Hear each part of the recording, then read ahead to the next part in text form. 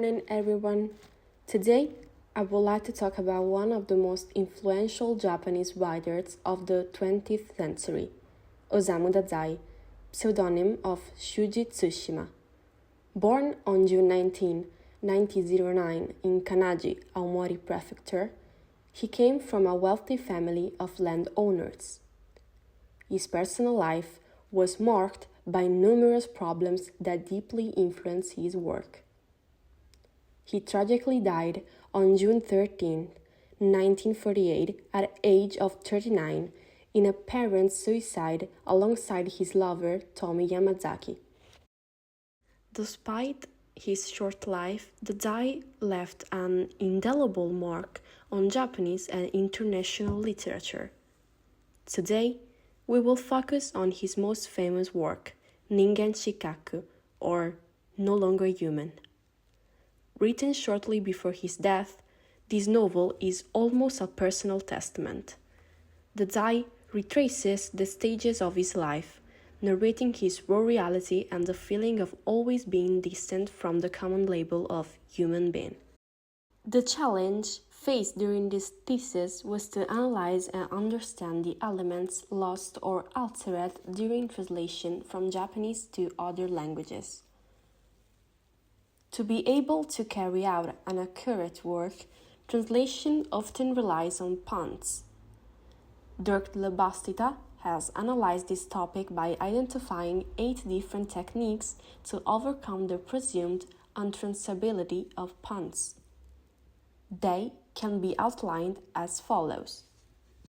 Pun, replacement of the source text pun with a different pun in the target text.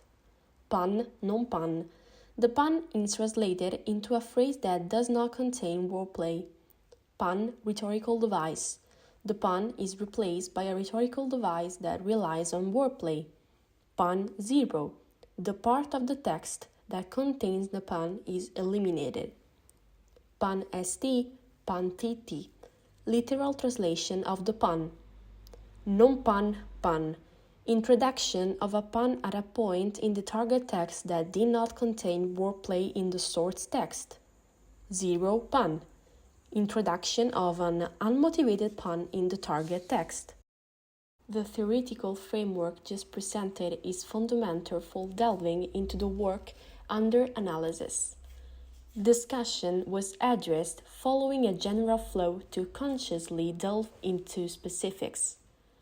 The basic rules have been outlined, so it is time to observe the method used by Osamu Dazai.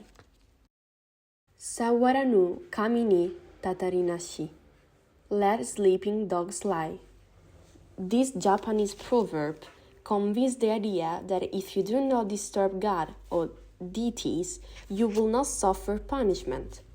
It is a warning about reverence and respect for what is sacred, urging one to avoid actions that may offend deities and to maintain respectful conduct. Ueda bin no gi sharuru kuroto kayu hito no kunna shiku o mitsuketa toki, jibun wa hitori de kao o moeru kurai ni akaku shimashita. Hikigaeru. The moment I encountered the translated verses of Guy Charles Crow, I was seized by a deep blush that set my face ablaze. The thought, I thought.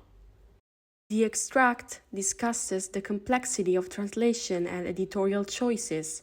In translating the original text, it would have been, when I read this poem by Guy Charles Crow, translated by Bin Ueda, the fact that Osamu Dazai's original text mentions Bin Ueda's translation of a poem, but in the English version, the Japanese translator's name is omitted, is probably for reasons of cultural familiarity. The poem is written in the original language, probably because there is no official translation and because English reader might prefer to read it in a European language. Tsui ho serare jibun wa hirame no ie no 2階の三畳の部屋で寝起きしました。I was expelled from college due to the incident at Kamakura, and a two-cup resident in a tiny room on the second floor of Flatfish House.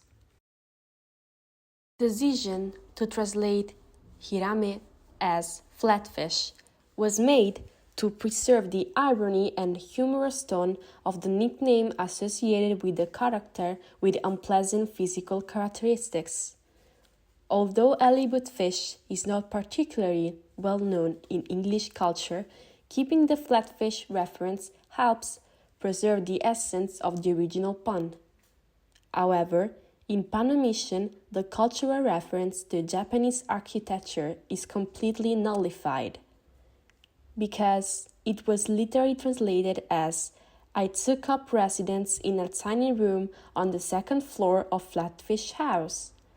Here, the structure of the room has been modified to adapt the sentence to English context and make it more understandable, replacing three tatami with a tiny room, since the idea of three tatami may not be easily understood by English readers unfamiliar with Japanese culture. Tadaichi sai wa sugite ikimasu. Everything passes. This moving epilogue leads us to embrace a philosophy intrinsic to human beings since time immemorial: acceptance of the flow of the events. This reworking expands the original text, offering more detail and clarity in the exposition of the argument while keeping the key example presented in quotation marks. We have embarked on a journey through complex and interconnected themes, exploring literature, translation, and the human condition. We have examined translation divergences and wordplay, reflected on narrative style and narrative structures of authors like Osamu Dazai. Finally, the analysis of Osamu Dazai's work, No Longer Human, offers us an acute insight into the challenges of the human experience.